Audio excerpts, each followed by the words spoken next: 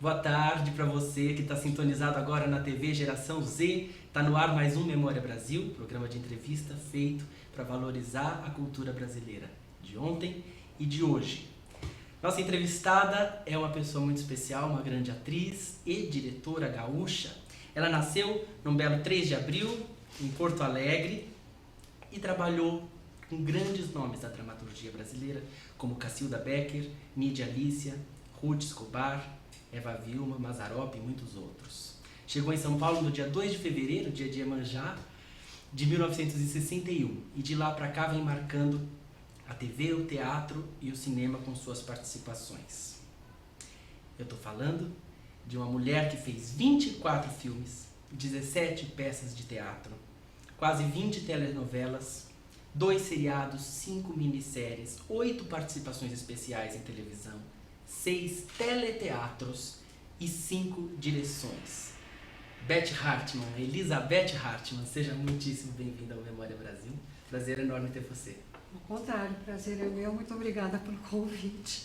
Me sinto muito honrada. É a primeira vez que eu tenho a oportunidade de participar de um programa dentro desse esquema, né? Então, para mim é uma novidade e um prazer, acima de tudo, estar aqui com você. Muito obrigado. Vamos começar contando para o nosso público como era a vida, o contexto de vida da Elizabeth Anna Hartmann em Porto Alegre, antes dela pensar em ser atriz. O que você fazia, como era a sua vida, que sonhos você tinha, enfim, a sua relação com seus pais. Bom, como você já falou, eu nasci em Porto Alegre e sou filha de alemães. Meu pai faleceu muito cedo, eu tinha 14, 15 anos de idade, filha única. E terminei, naquela época a gente fazia o ginásio ainda, né? Então eu terminei o ginásio e não pude continuar estudando porque a nossa situação financeira era precária e eu comecei a trabalhar. Então eu trabalhei em vários escritórios, trabalhei em várias firmas, trabalhei em companhia de aviação, trabalhei num banco, olha, muitas coisas. E devo dizer que eu não fui uma dessas meninas que cantava, sapateava, declamava e queria ser atriz, não era nada disso. Eu acho que o meu sonho era talvez até casar, ter muitos filhos, já que eu era filha única, eu sempre imaginava assim, sentar numa mesa com muitas crianças em volta. Mas os caminhos e o destino às vezes tem traços diferentes pra gente, né? Traçam caminhos diferentes. E num dos escritórios onde eu trabalhei, onde eu era secretária, eu procurei um aperfeiçoamento em inglês e comecei a frequentar o Instituto Cultural Americano de lá. E numa dessas idas ao Instituto, enquanto a aula não começava, fui lá tomar um cafezinho, encontrei com um colega de ginásio, ele falou, estou aqui, eles emprestaram uma sala pra gente, para ensaiar uma peça de teatro e está faltando uma atriz. Você não quer fazer uma leitura? Eu falei, não, imagina. É verdade que na escola, no 7 de setembro, no 15 de novembro, eu declamava. Declamava porque eu tinha uma boa dicção, a professora de português gostava, eu acho que eu falava bem porque o meu pai era surdo e ele foi numa surdez progressiva. Então, para falar com ele, tudo tinha que ser muito bem articulado. E num volume acima do que seria o normal, né? Para ele acompanhar. E eu acho que esse foi o meu exercício de dicção, sabe? Então, por isso que a professora de português, Elizabeth vai lá, declama, Elizabeth lê, não sei o que e tal. Elizabeth ia. Mas, na verdade, eu não achava aquilo assim uma coisa maravilhosa, entende? Porque o meu sonho mesmo teria sido... seria professora, eu queria ser professora. Eu ia te perguntar isso, e você... porque a minha mãe tinha sido professora e eu achava aquilo o máximo, sabe? Eu achava tão bonito ser professora, ensinar, passar informação e tudo. Mas eu não pude estudar, porque o colégio onde as professoras estudavam, as futuras professoras, era o Instituto de Educação que funcionava durante o dia, como eu trabalhava, né? Naquela época, as escolas não tinham cursos noturnos. Então eu não pude fazer esse curso. Bom, voltando lá ao Cultural Americano, estava lá esperando, chegou o Cláudio Rema, meu amigo de infância. Era um ex-colega de ginásio. Ex-colega de ginásio, e ele falou, vamos lá fazer uma leitura. Ah, não vou. Não, vai insistir, eu fui. E o diretor era o Carlos Alberto Murtinho, o irmão da Rosa Maria Murtinho, já falecido, né? Que o grupo era um grupo amador, mas eles tinham contratado o Carlos Alberto, que era profissional. Aí eu fiz a leitura, era 6 personagens à procura de um autor, eu nem sabia quem era o Pirandello. Fiz a leitura e ele gostou e falou, olha, o papel é seu, mas você tem que vir ensaiar todas as noites. Falei, minha mãe não vai deixar. Porque sempre quando eu não queria fazer alguma coisa, eu falava, minha mãe não vai deixar. Aí o Cláudio falou, não, mas eu vou lá falar com a sua mãe. Aí ele foi comigo, e quando nós chegamos em casa, quando minha mãe abriu a porta, eu falei, mamãe, esse aqui é o Cláudio. Ah, imagina, eu conheço a sua mãe, você não é filho da fulana, ou a tua avó? Porque Porto Alegre é tudo assim, né? As famílias se conheciam e era sempre importante a pessoa saber de que família é. Se você tinha um namorado, a primeira coisa, que família é? Tem a referência. Né? Era importante. Aí, como a minha mãe já conhecia a família do Cláudio, e o Cláudio falou, a gente queria, lógico que ela vai fazer, vai ser ótimo. Aí, só que tem que trazer ela em casa. Te deixou rendida. Porque tinha que ensaiar à noite, então tinha que me trazer em casa. E assim eu comecei. E aí, quando eu comecei a ensaiar os 6 personagens à procura de um autor, fazia o papel da enteada, que era um papel muito importante e muito difícil, mas foi quando eu acho que começou a minha paixão pelo teatro. Porque essa situação inusitada de você sair de você ir ao encontro de um outro ser, às vezes tão diferente de você, eu acho que aí é que está o sonho, está a magia, e é pelo que a gente se apaixona, e é onde eu acabei me envolvendo, né? Então tem um lado assim, praticamente psicológico também, porque o personagem difere de você, e você vai até o fundo, a alma daquele personagem só empresta o seu corpo, né? Mas ao mesmo tempo você tem que resgatar coisas de dentro de você mesma para compor uma personagem que muitas vezes é diferente. Como que acontece esse aparente paradoxo? É um processo, né, de preparação de personagem também, você procurar essa memória emotiva.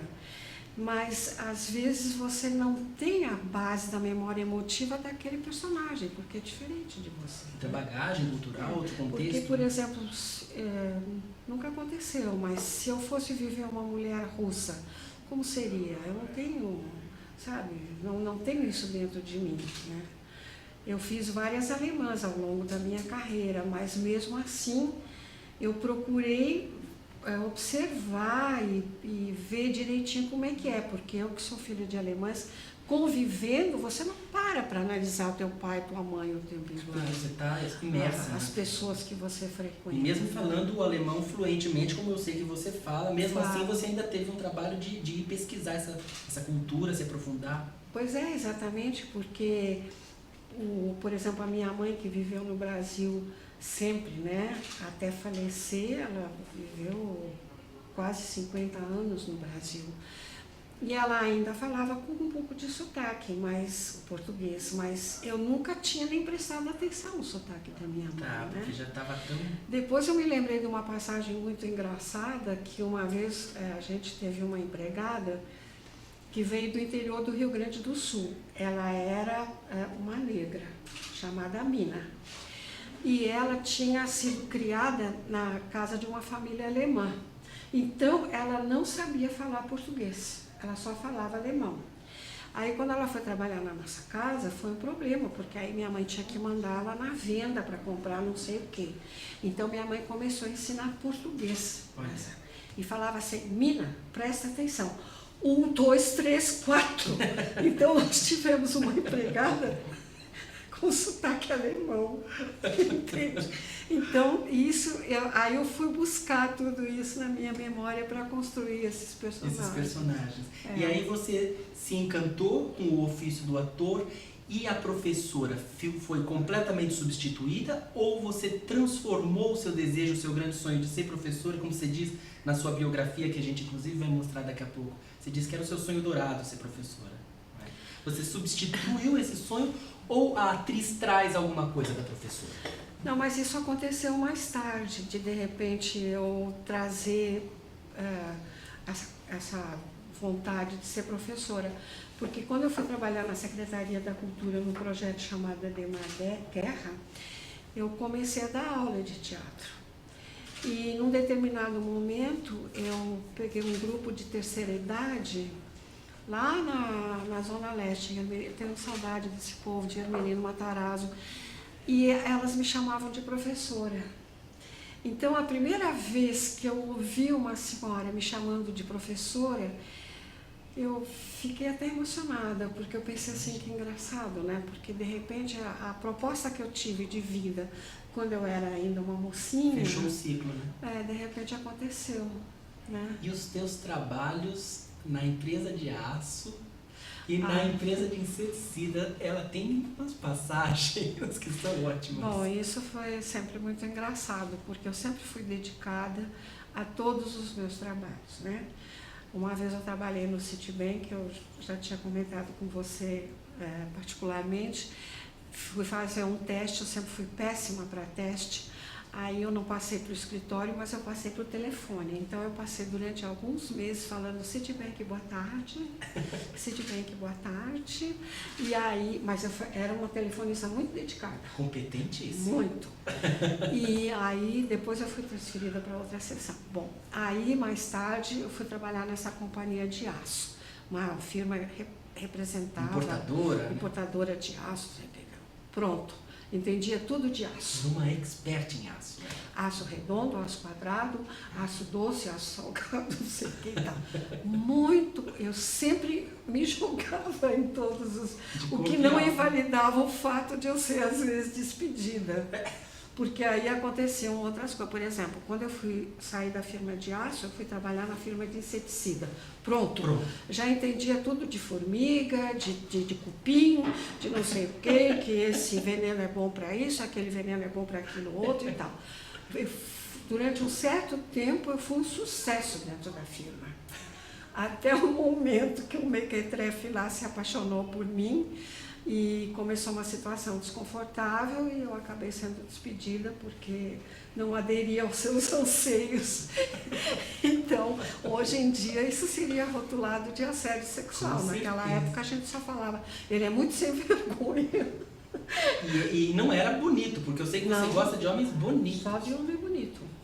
Podia ser pobre, podia ser pouco inteligente, mas se era bonito, nossa senhora, já ficava... E esse mequetrefe lá não era bonito, era baixinho, não sei o quê, mas ele se engraçou comigo e eu não acedi aos seus anseios, então... E acabou demitida. Acabei sendo demitida.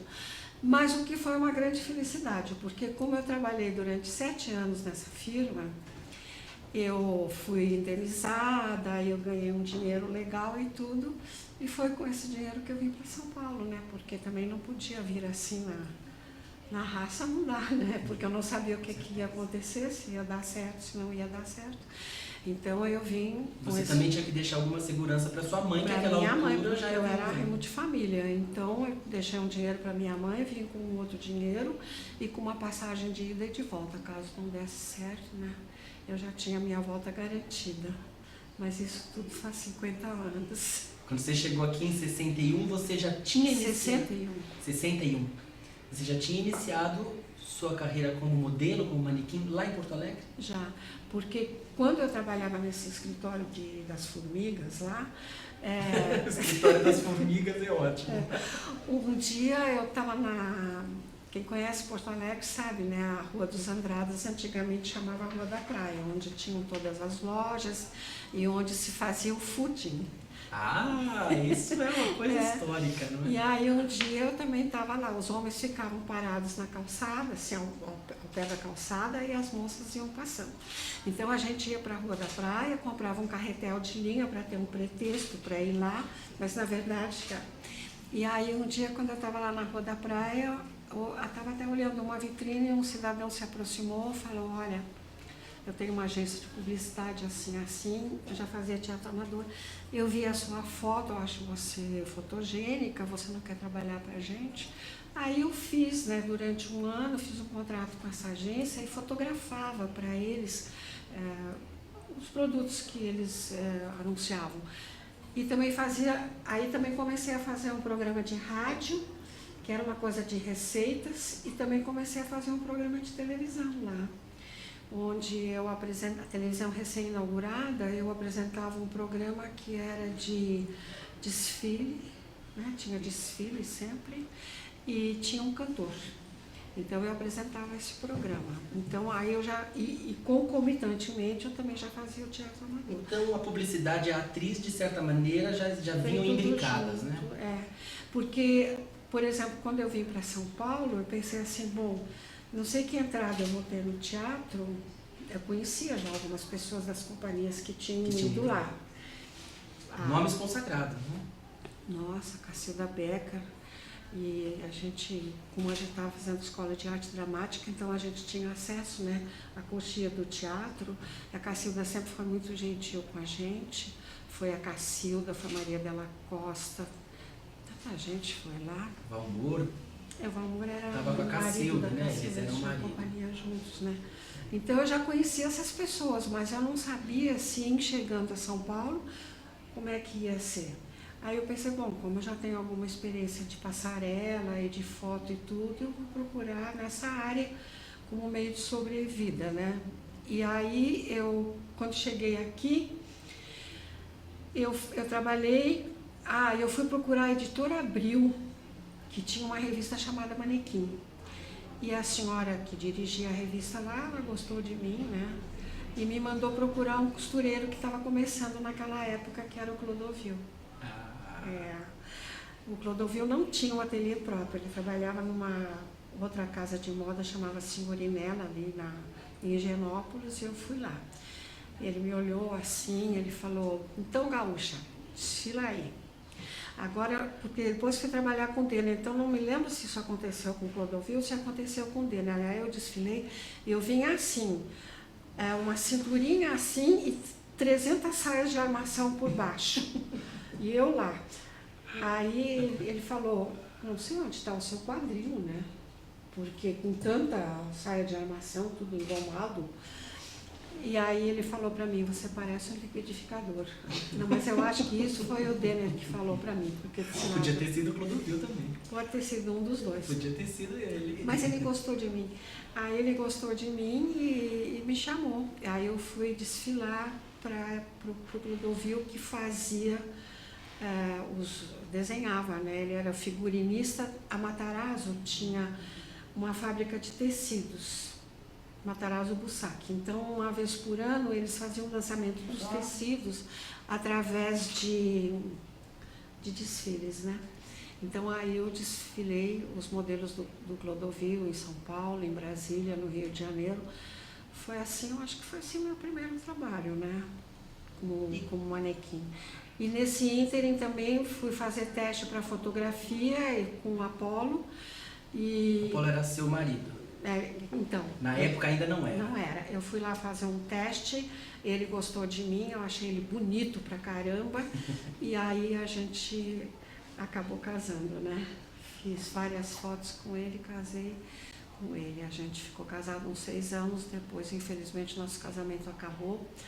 Mas são os caminhos do Foi durante o casamento que você participou das filmagens, que você fez o filme A Ilha, do Walter Hugo Cury. Pois como foi que você conheceu o Cury e como que foram essas filmagens?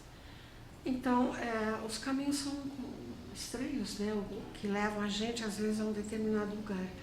Foi assim, aí eu já estava desfilando lá para o Denner, e o Denner tinha uma manequim fixa chamada Guedre, que era casada com Fernando de Barros, que era um homem de cinema e tudo mais.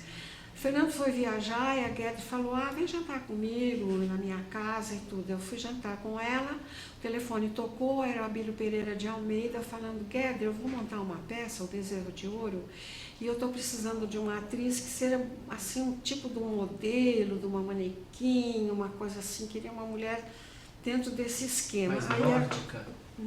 Mais nórdica? sei lá, não sei, a proposta dele era assim, uma mulher assim, meio um pouco sofisticada num momento oportuno, porque eu não sou muito simples, mas quando ia para passarela é outra coisa.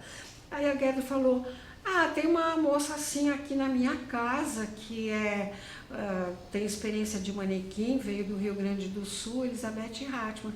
Ele falou, eu sei, uma moça alta, loura, assim, porque eu já tinha conhecido ele em Porto Alegre. Entendi. Quando ele foi com a companhia da Maria Della Costa para lá numa estreia, como a gente não saía da coxia, eu conheci ele lá, mas foi uma coisa assim de muito prazer, boa noite, gostei da peça e tal. Manda ela aqui no meu escritório. Aí eu fui no escritório dele, ele me deu um texto e a peça não saiu depois. Mas aí um dia, quando eu fui ao escritório dele de novo, porque ele me pediu que eu devolvesse o texto porque era o original, quando eu cheguei no escritório dele, tinha um cidadão lá dentro, um baixinho, e ele falou assim, você não está procurando uma atriz para o teu filme? Olha aí a atriz para o seu filme, era o Cury. Olha só. Você vê como são os caminhos, né? As coisas vão acontecendo de uma maneira... Aí o Cury me olhou assim e falou, interessante. E você faz o quê? Aí eu já fui contando, porque gaúcho é um desastre, né? Tu pergunta como vai, a pessoa conta mesmo. E eu já fui contando minha vida inteira. Eu não sou gaúcho, eu sou um pouco assim também. Meu pai reclama. Agora eu estou fazendo uma entrevista, mas não precisa chegar e falar boa tarde, como vai? E já conta. E já desaba, né? Aí o Cury e eu já contei minha vida inteira pro Cury. E aí ele falou, me traz umas fotografias, né? Aí eu marquei o encontro com ele, levei as fotografias. Aí ele gostou, ele me chamou para fazer o filme. Mas eu não fui muito bem sucedida com ele, não, porque o Cury, coitado, que Deus o tenha, mas ele era chato pra caramba, viu? Era muito difícil muito trabalhar chato. com ele.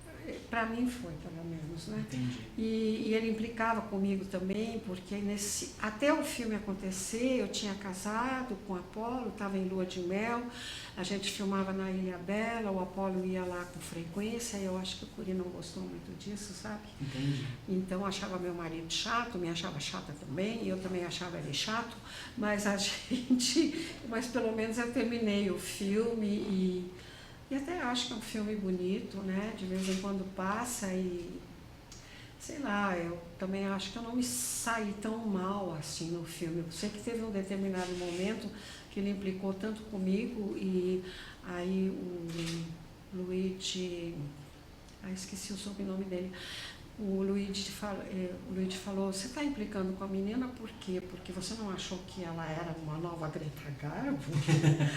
Agora você fica implicando só porque ela está em lua de mel? E aí ele também me deixou no filme, né? Olha só, a gente tá com 2 minutinhos para o intervalo. Esse TP é uma coisa horrível, porque o papo tá bom e passa tão rápido que já chegou o nosso primeiro intervalo. Fazer um breve intervalinho, como diria o Chico Anísio, vapt e vupt. E a gente já volta. Tá Até já. certo.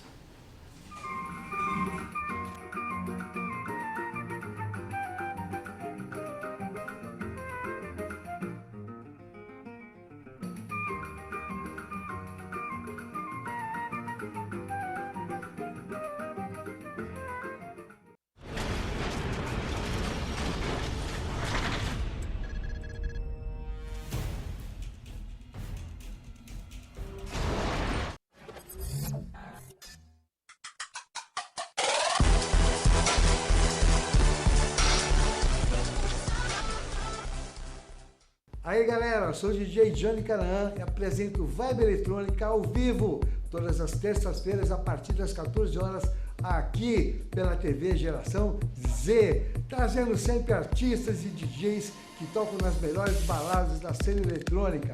Não perca, toda terça-feira às 14 horas. Beijo do Magro, vejo vocês lá.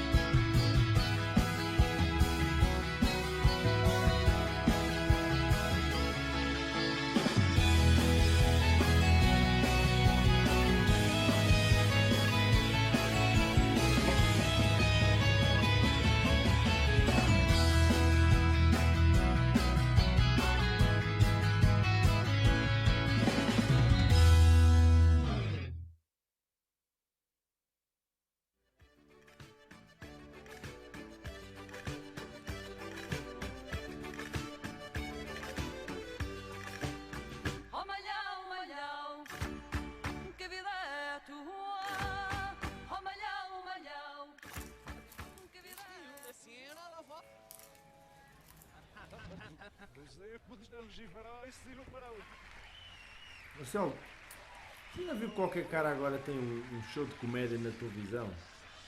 É mesmo?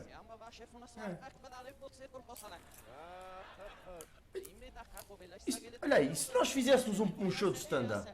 Hã? Esses caras conseguem? Por exemplo, tu és gordo, né? Eu sou português, mas material não falta. Hã? Ué, eu não sou gordo. Eu tenho osso largo. Osso largo. É, e eu não sou português. Falo com uma batata na boca. Osso largo.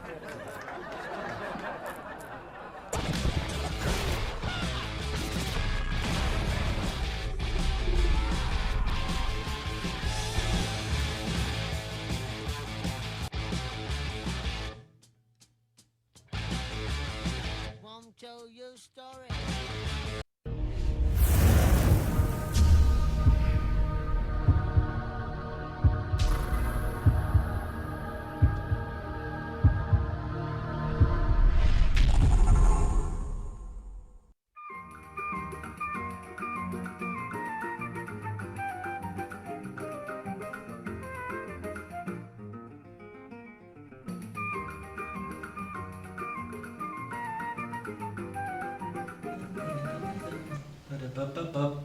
Tá de volta a Memória Brasil. Hoje é o nosso terceiro programa e a minha convidada de hoje é a atriz e diretora Elizabeth Hartmann, que teve a sua biografia lançada pela Imprensa Oficial do Estado, a coleção Aplauso, que é uma belíssima série de perfis e biografias de artistas. Agora também em breve vai abrir a série Música, na qual tem um livro meu que vai ser lançado, que é Cida Moreira, Dona das Canções. E eu vou mostrar para vocês a biografia da Beth Hartmann, a Sara dos Pampas, escrita pelo padre Reinaldo Braga, um grande amigo da Elizabeth. É um livro muito bom, maravilhoso, cheio de referências fundamentais para a dramaturgia brasileira. Eu recomendo a vocês. Vamos chamar rapidamente alguns vídeos de carreira da Beth, algumas participações dela em telenovelas e depois algumas fotos, e ela vai comentando pra gente. Apresentando Cinderela 77. Não fale assim comigo, Cinderela. Não fale assim com a moça que será a princesa da Bárbara. Você não vai ser nada, Cassandra. Você é má, egoísta, hostil, rancorosa, irritadiça e rabugenta. Cinderela! Eu a proíbo de falar assim com a minha filha. Ponha-se já para o seu quartinho e leve esse pombo descarado com você.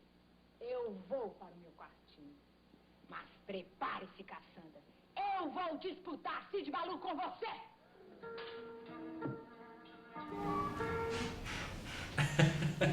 Você com Vanusa fazendo Cinderela 77. Então, mas olha, foi uma novela que eu gostei muito de fazer, sabe por quê? Porque eu vinha de uma carreira quase sempre fazendo a boazinha. Quando, naquela época, o Roberto Stallman era o diretor artístico da emissora, ele que me escalou para fazer essa novela do Walter Negrão e do Chico de Assis. Aí, encontrei o Chico de Assis ontem numa peça de teatro. Então, ele é brilhante. Foi ótimo rever. E o Walter Negrão também. E aí, quando eu fui escalada para essa novela, eu pensei assim, caramba, aí o Thalma falou assim, não, você vai fazer essa novela, eu tenho certeza que você vai acertar no personagem. Eu sempre fazia a boazinha, eu digo, caramba, agora todo mundo vai me odiar, né, fazendo essa madrasta. Pois você sabe que aconteceu o contrário. A criançada adorava. Quanto mais maldade eu fazia, mais eles gostavam. Madrasta, né? E foi muito prazeroso, né, trabalhar com a Vanusa, que é uma cantora esplendorosa, mas que se saiu também como atriz, porque ela parece que já tinha experiência, né? Foi uma convivência muito agradável. Parece que o Rony Von também fazia a novela. E o Rony Von faz é o príncipe. E o Rony é aquele gentleman que todo mundo sabe, né? É um príncipe mesmo, né? Hein? É um príncipe mesmo. Ele é um príncipe mesmo, até hoje, né? Ele é tão elegante, tão... E foi muito interessante mesmo trabalhar com eles, foi muito prazeroso. E eu gostei de fazer essa novela, porque foi uma experiência nova, né? De repente você parte para um caminho que eu ainda não tinha trilhado. Não tinha experimentado. E encrencando com o pombo da Cinderela. Pois é, eu não me lembro muito bem. Até hoje as pessoas falam da história do pombo. Agora eu acho que o pombo era um príncipe encantado. Eu não me lembro muito bem do... Tinha talvez essa metáfora. Vamos tinha... assistir mais um trechinho de uma novela sua? Vamos. Vamos lá. Eles, nas novelas daquela época, certamente vieram da minha recusa em aceitar ver o meu grupo racial somente em papéis de pessoas em situações de inferioridade social e cultural. Minha senhora, mas eles podem demorar. Por favor, almoce a senhora primeiro. Luzia, faça o que eu estou mandando. Sim, senhora. Uma das poucas empregadas domésticas que ficou em minha mesma raça.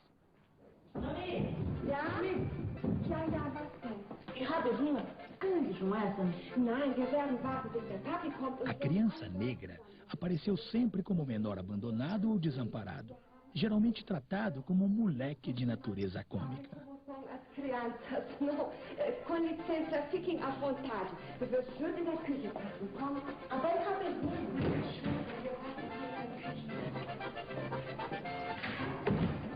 Você viu, Letícia, como o crioulo enrola a língua?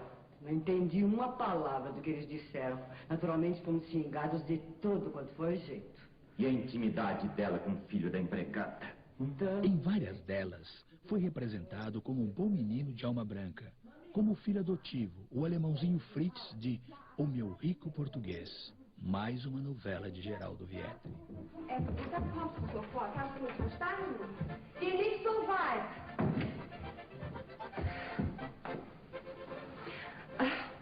Desculpem novamente. Mamãe, e Robin Hood, cadê os Wesley? Este negro tem que ficar passando por esta sala a todo momento. Ele tem nome! Como é que o senhor se atreve a competir a pessoas por causa deste macaco?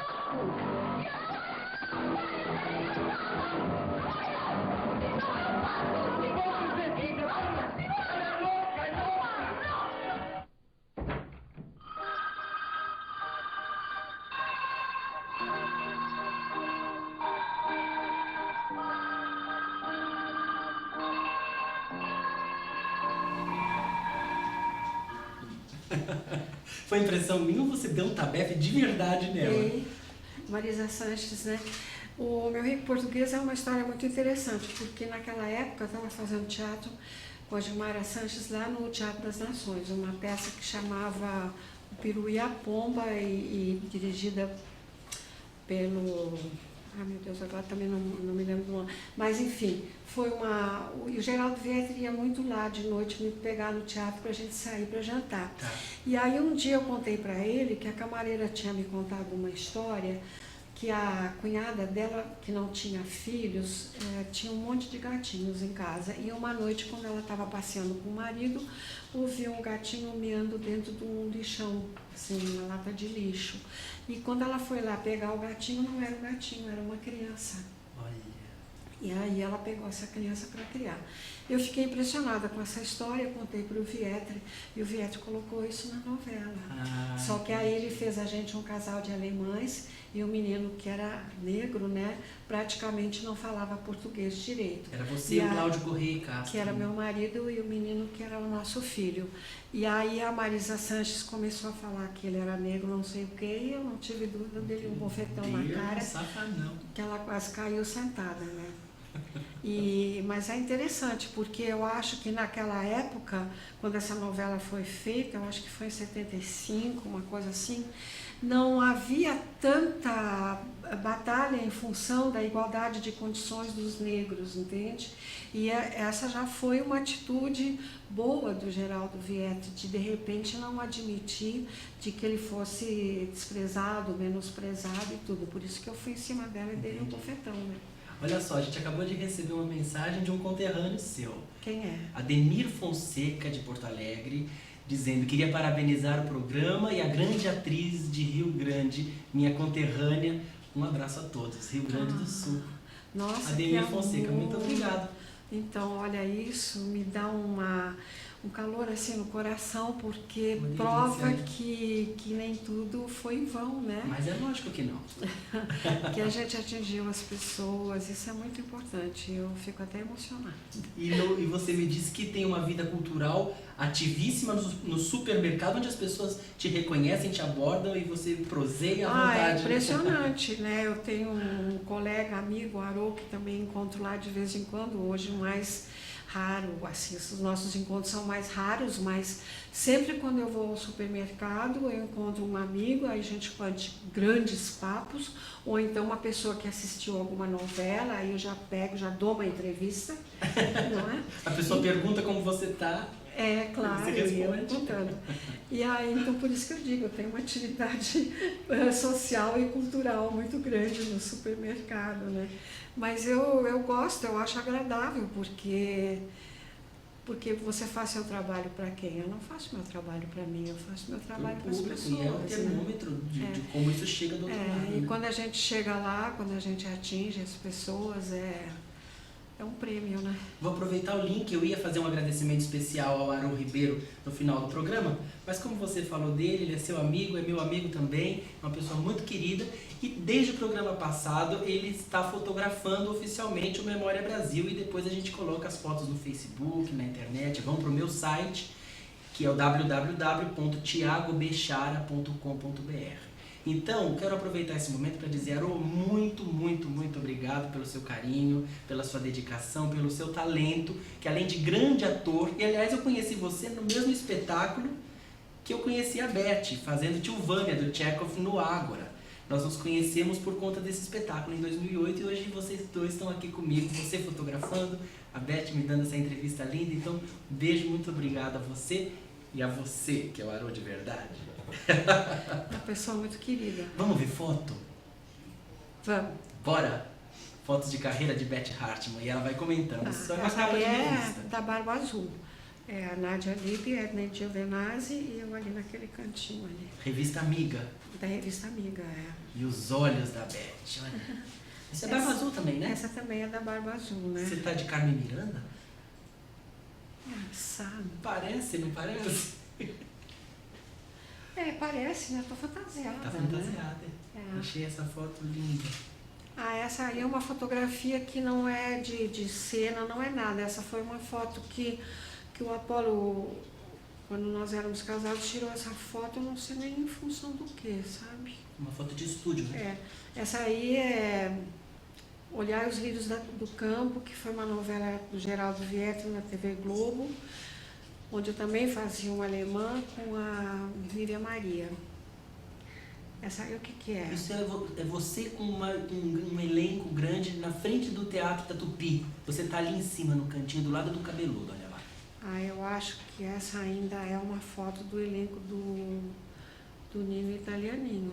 Ah, Nino. Essa aí é uma foto, essa atriz é a Carmen Monegal. E o que a gente estava fazendo? Porque com a Carmen Monegal, eu fiz uma novela e fiz um filme lá com o Mazzaropi. Então, nessa foto eu não sei. Ah, essa aí é do filme do Mazzaropi, o Paraíso das Solteironas, onde eu fazia uma cigana. Onde pela primeira vez eu pintei meu cabelo de preto. É que eu tô com um lenço na cabeça, mas você nem pode imaginar, tirando esse lenço, o susto que era. Olha eu. Olha lá o susto que era. Mas aí essa foto. Ficou sensacional. Essa foto aí eu não sei do que é. Eu acho que é algum filme do Mazzaropi também. Filme do Mazzaropi. Ai, meu Deus. O Puritano da Rua Augusta, que foi o primeiro filme que eu fiz com o Mazzaropi, em preto e branco. 1965, né? Foi o primeiro trabalho que você fez com ele. Meu primeiro trabalho. Aí uma cena de hospital, né? Mas eu não me lembro que filme que é. Portugal Minha Saudade? Isso, é Portugal Minha Saudade. Vocês estão olhando para o leito onde estava deitado o Mazzaropi.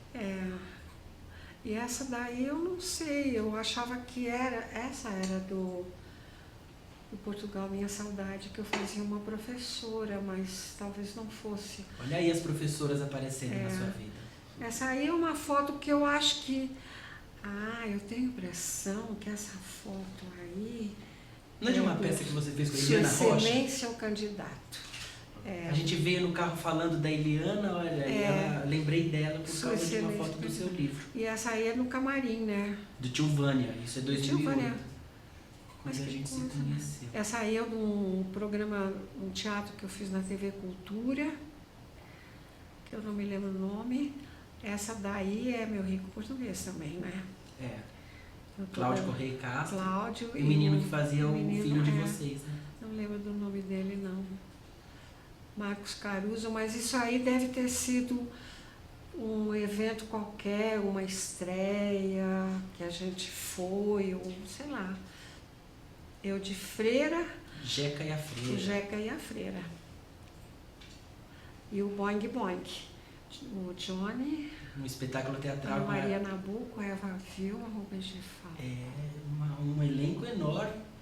Né? E vocês viajaram a beça com essa peça? Não, nós só fomos para Porto Alegre. Olha, eu tinha a sensação de que vocês tinham viajado, então foi com outra... Não, porque o Boing Boing foi montado várias vezes, mas quando eu fiz, a peça já tinha estreado no Rio de Janeiro. Eu trabalhava na companhia da Lídia Alicia e o Oscar Ornstein, que era o produtor do Boing Boing. O Oscar Ornstein era Relações Públicas do Copacabana Palace. E como lá dentro tem um teatro, ele também produzia peças de teatro. Então ele tinha o Boing Boing em cartaz no Rio de Janeiro e queria trazer a peça para São Paulo, para o Teatro da Nídia. Entendi. E queria formar um elenco em São Paulo. Então a Nídia me levou ao Rio de Janeiro, quando ela foi conversar com ele, para eu fazer um teste lá. Porque originalmente a peça tinha sido dirigida pelo Celli, pelo Adolfo Celli, mas que já não estava mais no Brasil, e o assistente de direção dele era o Carlos Kröber.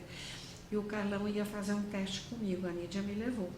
Aí eu fiz o teste, ele gostou de mim. E aí você também tinha sotaque alemão? Também, pois é, você vê, assim, né? Vou te falar uma coisa, hein? Se agora você me vê de novo fazendo uma alemã em algum lugar, você pode ter certeza que eu estou ganhando muito dinheiro, porque não é possível, tantas alemãs que eu já fiz, e eu fiquei um pouco estigmatizada por isso, né? Aconteceram coisas assim, de eu estar no banco conversando com o caixa, uma senhora do lado falar para mim: meu Deus, a senhora fala direitinho? Eu pensei que a senhora falasse daquele jeito. Entendeu? A senhora fala direitinho. Fala direitinho. Querendo dizer que você fala bem o português, né? Essa é a minha origem, minha senhora. Porque ela achava que eu falava daquele jeito. E como eu já fiz várias alemãs na vida, eu acho que eu fiquei até um pouco estigmatizada por causa disso. Então, agora eu jurei para mim mesma, da próxima vez, se me convidarem para fazer uma alemã, só se pagarem uma fortuna, do contrário eu não vou. Provavelmente ninguém vai me convidar. Você falou da Nídia Alice, ela é uma referência muito forte na sua vida, né? A Nídia foi uma coisa assim muito bonita da minha vida. Apesar de a bilheteria da primeira peça que vocês fizeram juntas não ter sido lá grande coisa, te deu esse presente que foi essa grande amizade. Porque eu tinha feito uma peça com a Cacilda.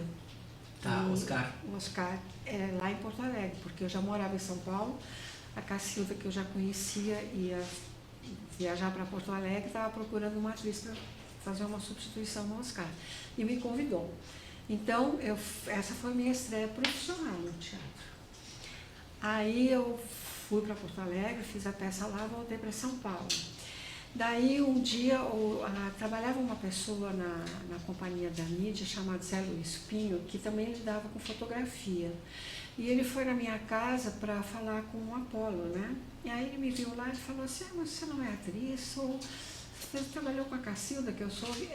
Aí o Zé Luiz, quando voltou para o teatro e a Nídia estava montando o MMQH, procurando elenco, aí ele falou: olha, até a mulher do fotógrafo lá, o Apolo, que é atriz. A mulher do fotógrafo? A mulher do fotógrafo é atriz. E disse que é uma boa atriz, você não quer chamar para trabalhar? Aí a Nídia me chamou. Aí eu fiz o MMQH, que quer dizer muito mais que hidrogênio. Não explodiu, porque não aconteceu nada. Quer dizer, coitada da Nídia, né? A produção era dela. Aí ela montou o Pobre Piero.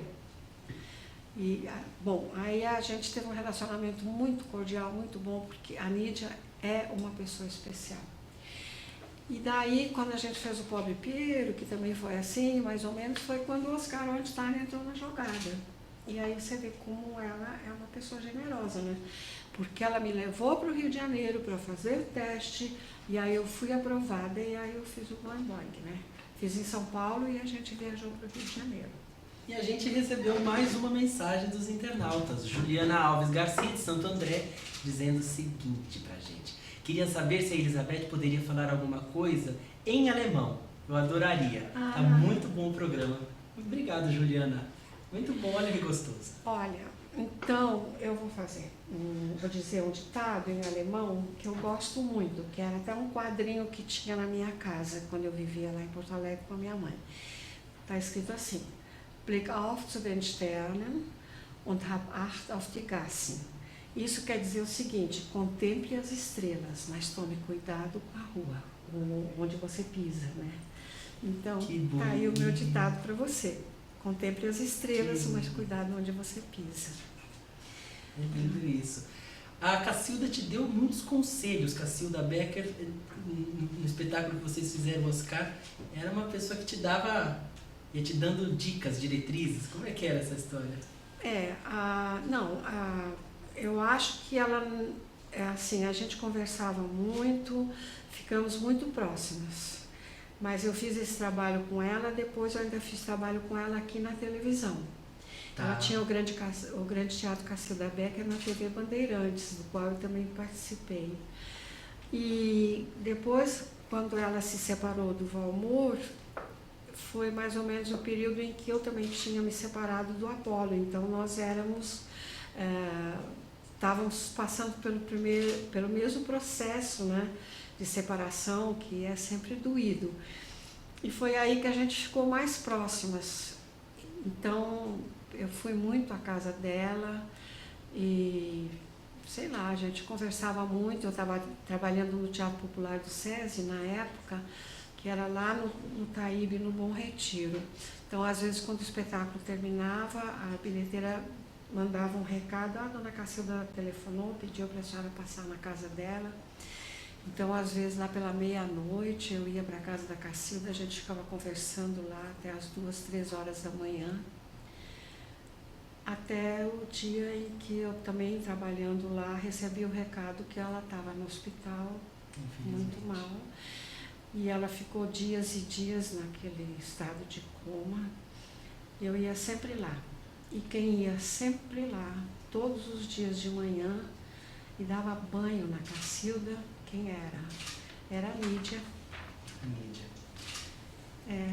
A Nídia é uma pessoa, acho que muito espiritualizada, porque ela está sempre presente em momentos assim difíceis da vida das pessoas. E são momentos em que muitas vezes as pessoas mais próximas se afastam porque não tem estrutura para suportar aquele momento. Você também perdeu uma grande amizade, que foi a Márcio Mazzaropi, com quem você trabalhou. Você mencionou ali no Paraíso das Solteironas, que inclusive eu trouxe aqui alguns DVDs de filmes para ilustrar apenas o programa de filmes que você fez com o Mazzaropi. No Paraíso das Solteironas, Portugal, Minha Saudade, Jecão, Um Fofoqueiro no Céu e muitos outros. Acho que desse período da filmografia do Mazza, você foi uma das atrizes que mais contracenou com ele. Conta rapidamente pra gente como foi o convívio de vocês, não só profissionalmente, mas a amizade de vocês, que eu sei que foi muito forte também. Porque o Mazzaropi é uma pessoa assim, ao contrário de muitos diretores de hoje em dia, de teatro, de televisão, de teatro não, de televisão e de cinema, que não vão ao teatro. O Mazzaropi ia ver tudo.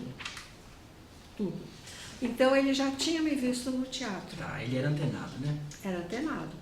Aí ele já tinha me visto no teatro. Aí quando foi o primeiro filme, que foi o Puritano? O Puritano da Rua Augusta, ele me chamou para fazer um filme com ele, fazer o papel da irmã dele. E ele até fazia muita graça, porque ele dizia assim: eu chamei você para ser minha irmã, porque falava o que ele falou, porque eu sou bonito como você. Coisas do Mazzaropi. Tinha tudo a ver um com o outro. E aí foi assim que a gente ficou se conhecendo mais, né? Você chegou a frequentar a casa dele, conheceu a mãe dele? Mas tudo lá, aqui em São Paulo não, tudo lá em Taubaté. Porque... Na Pan Filmes, né? Porque aí a produtora já era dele. Quando ele trabalhou na Veracruz, eu não conhecia. Eu conheci já com um produtor independente. Acho que o Puritano é de 65, já é mais. Já era Pan Filmes. Lá em Taubaté, ele tinha uma fazenda onde ele ficava durante as filmagens e fora das filmagens também, e tinha um celeiro que ele adaptou para estúdio. Então a gente filmava lá, e ali é que eu tive essa convivência mais próxima com ele, com a dona Clara, que era uma senhora também. Devia ter galinha beça fazendo barulho durante as filmagens. Então, porque o Mazzaropi eu acho que talvez tenha sido o primeiro a trabalhar com som direto no Brasil. Entendi. Então imagina um celeiro que não tinha um acabamento acústico, a gente estava lá, blá, blá, blá, blá, blá, blá, de repente, pá, passava uma carroça lá fora, para tudo, começa de novo, blá, blá, blá, pá, galinhas cacarejando. Tudo se ouvia dentro do suposto estúdio, né? E às vezes ele ficava até bravo. Bom, aí foi ali que a gente se conheceu, e entre uma cena e outra, ou às vezes cena que nem ele nem eu entrávamos, ele ficava sempre sentado num canto do estúdio tomando chá. E aí ele me chamava para tomar chá com ele. Nem gostava de tomar tanto chá, gosto mais de tomar café, mas eu sempre fui muito disciplinada. Mas você em faz tudo, um café né? muito gostoso, diga-se de passagem. Beth, olha, eu tô acabando de olhar o TP. O TP é a minha perdição nesse programa. 4 minutos. Um problema, ele anuncia que a gente tem que encerrar. Então eu quero que você me diga se você tem novos projetos, e depois que você me diga uma frase ou um pensamento que te represente nesse momento da sua vida. Bom, meus projetos, eu estou esperando agora, no ano que vem, fazer uma novela, mas ainda não sei exatamente qual. Tá. E, assim, um pensamento que eu me defina? Você quer que eu me defina? Um pensamento, um conselho, alguma frase que você goste? Eu acho que conselho eu não posso dar, né? Porque os conselhos divergem, as pessoas divergem, mas o que eu posso dizer é o seguinte: eu acho que eu sou uma pessoa transparente, né? Eu não sou uma pessoa de muita mistificação, não sou mesmo. E eu acho que isso é uma coisa boa, sempre foi boa para os meus relacionamentos e dentro da minha própria profissão. Se você puder encarar tudo com verdade, com sinceridade, com certeza o seu caminho será bem mais fácil. Talvez você chore algumas vezes, mas isso também faz parte do jogo, né? Elizabeth Hartmann. Ela foi retratada nesta biografia maravilhosa, escrita pelo padre Reinaldo Braga, que se chama Beth Hartmann. Eu tenho essa mania de chamar de Beth, eu sou muito íntimo, sabe, das pessoas. Tem esse problema, assim.